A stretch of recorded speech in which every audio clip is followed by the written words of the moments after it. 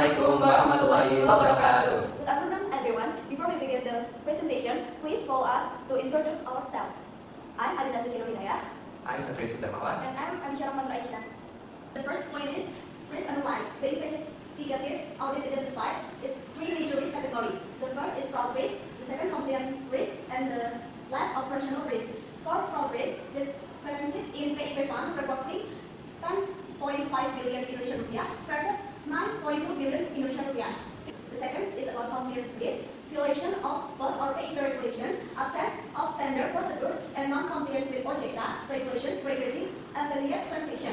And the last, operational risk, weak quality controls, no audit trail, inconsistent SOPs. Okay. Second is special analyze.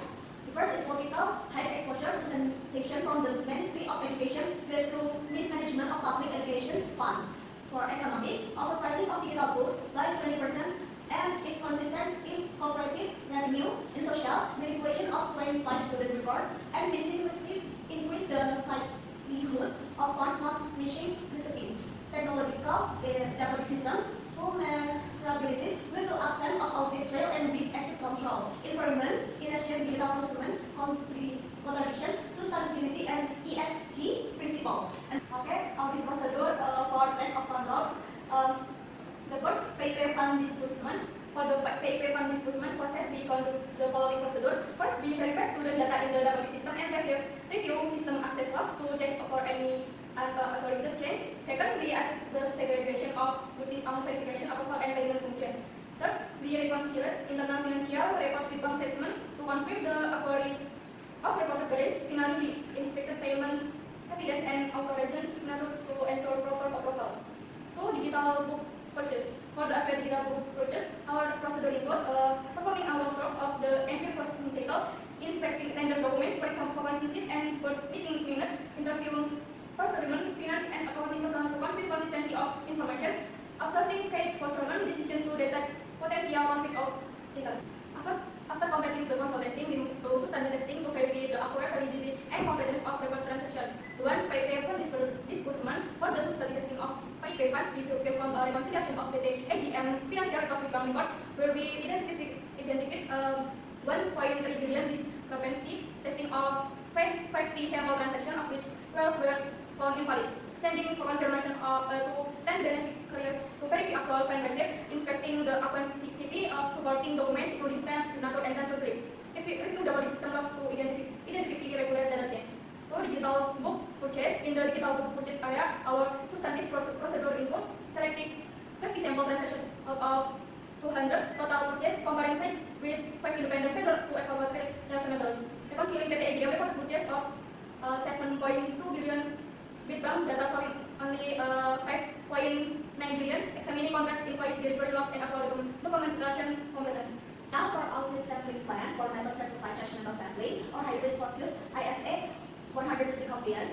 For PIP fund disbursement for population is 1,500 transaction. First sample is 80 is from 48 high risk and 32 normal. And from error threshold is 5%. For digital book purchase, the population is 300 transaction. For sample is 16. And the less from error threshold 5% if exceeded at 15 samples. Next, I will present our analysis of affiliate transaction and the governance implication arising from our finding. Key issues our daily finding include digital book price paid by PT AGM were around 20% higher than market average.